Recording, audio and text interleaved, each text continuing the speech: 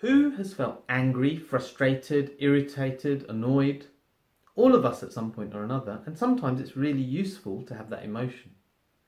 But most of the time, the emotion happens in an automatic, unwanted response to something either going on in our lives or an external stimulus like something we've seen or read or heard.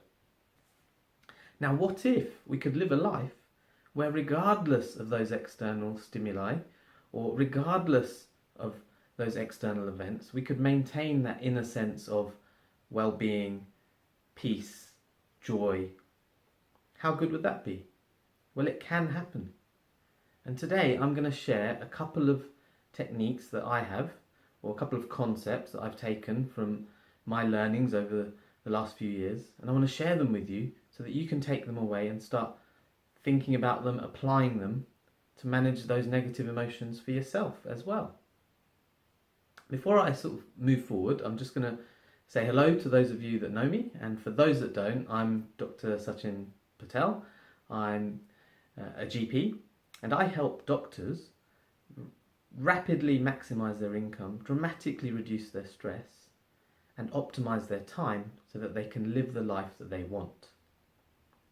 So what are these two concepts? Well, first of all, there's the 4 powers, and second of all, it's about expectation. So what are these 4 powers? Well, all of us have 4 powers that are exclusively ours, that we control at all times. And those powers are what we think, what we feel, what we say, and what we do. Too often, we'll give those powers up without knowing that we're giving them up. And that's where the phrase such as, "she made me feel terrible," or "he made me feel awful," those types of phrases come, because we're giving away the power. Conversely, too often, we also try and take other people's power from them. And therefore, it leads us to expectation. The second point that I want to discuss with you. And there, what we do too often is we expect others to think, feel, say, and do based on our own expectations. Now, if we place those expectations on others upon what they think, feel, say, and do, what are the chances that all of the time, everyone we encounter will think, feel, say, and do what we expect?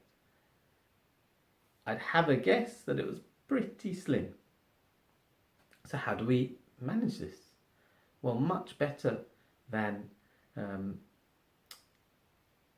expecting is to appreciate. So instead of expecting of others, let's start appreciating what they offer, and let's look for the good. As doctors, we're professionally trained to see what's wrong.